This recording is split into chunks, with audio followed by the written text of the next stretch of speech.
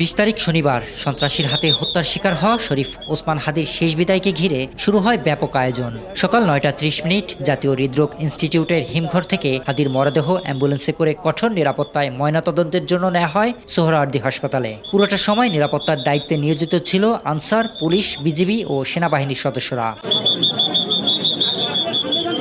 Shaheed Suhrawardy medical college হাসপাতালের মর্গে বিপ্লবী হাদির ময়নাতদন্ত চলাকালে পুরো এলাকা মুড়িয়ে ফেলা হয় নিরাপত্তার চাদরে। এরপর বেলা ১১টা ৪০-এর দিকে হাদির ময়নাতদন্ত সম্পন্ন হয়। পরবর্তীতে তাকে আবার জাতীয় হৃদরোগ ইনস্টিটিউটে নেওয়া হয় এবং সোয়া ১২টার দিকে তার শেষ গোছল সম্পন্ন হয়।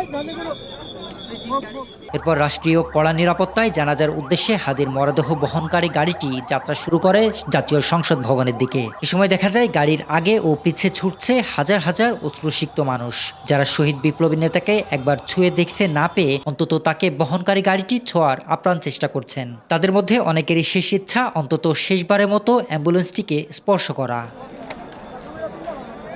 বেলা সোয়া ১টার দিকে ওসমান হাদির মরদেহ বহনকারী অ্যাম্বুলেন্স আসাদ গেট সংলগ্ন সংসদ ভবন গেট দিয়ে ভেতরে প্রবেশ করে। এর আগে জানাজায় অংশ নিতে সকাল থেকে দেশের দূর দূরান্ত থেকে জড়ো হতে থাকে সাধারণ জনতা, যা রূপ নেয় জনস্রোতে। বেলা ১:৩০টার দিকে উপস্থিত সবাই সেখানে জোহরের নামাজ আদায় করেন।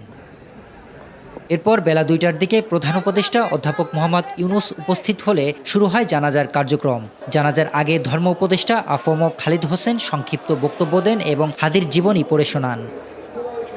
পরবর্তীতে ইনকিলাব মঞ্চের সদস্য সচিব আবদুল্লাহ আল জাবের তার নেতা ও সহযোদ্ধাকে ঘিরে আবেগঘন বক্তব্য দেন। এরপর দুপুর ২:৩০টায় জাতীয় সংসদ ভবনের দক্ষিণ প্লাজায় হাদির জানাজা শুরু হয়, যেখানে অংশ নেন লাখো জনতা। বড় ভাই আবু বকর সিদ্দিকের ইমামতিতে বাংলাদেশের ইতিহাসে স্মরণকালের সবচেয়ে বড় জমায়েতের মাধ্যমে সম্পন্ন হয় শহীদ ওসমান হাদির জানাজা। এ সময় একজন আধিপত্যবাদ বিরোধী ও দেশপ্রেমিক যোদ্ধাকে হারিয়ে কান্নায় ভেঙে পড়েন উপস্থিত জনতা। এর আগে ওসমান হাদির জানাজাকে কেন্দ্র করে কঠোর নিরাপত্তা জোরদার করা হয় পুরো সংসদ এলাকা। পুলিশের পাশাপাশি বিজিবি, আনসার, বাংলাদেশ সেনাবাহিনী ও এসএসএফ এর সদস্যরা যে কোনো নাশকতা ঠেকাতে ব্যাপক প্রস্তুতি নিয়ে রাখেন। এদিকে দুপুর ১২টার আগেই ঢাকা বিশ্ববিদ্যালয় কেন্দ্রীয় জামে মসজিদ প্রাঙ্গণে জাতীয় কবির সমাধিস্থলের পাশেই শুরু হয় ওসমান হাদির কবর খননের কাজ, যা দুপুর ২টার মধ্যেই সম্পন্ন হয়।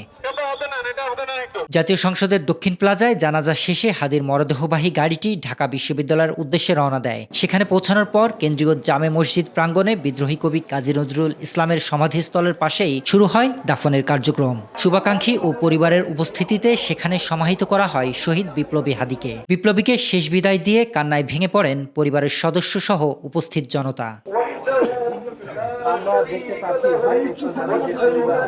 হাদিকে সমাহিত শেষে শাহবাগে এক অগ্নিঝরা বিপ্লবী বক্তব্য দেন ইনকিলাব মঞ্চের সদস্য সচিব আবদুল্লাহ আল জাবের। এ সময় ২৪ ঘন্টার মধ্যে তাদের নেতাকে হত্যাকারী খুনিদের গ্রেপ্তার না করলে শাহবাগ অবরোধের ঘোষণা দেওয়া হয়।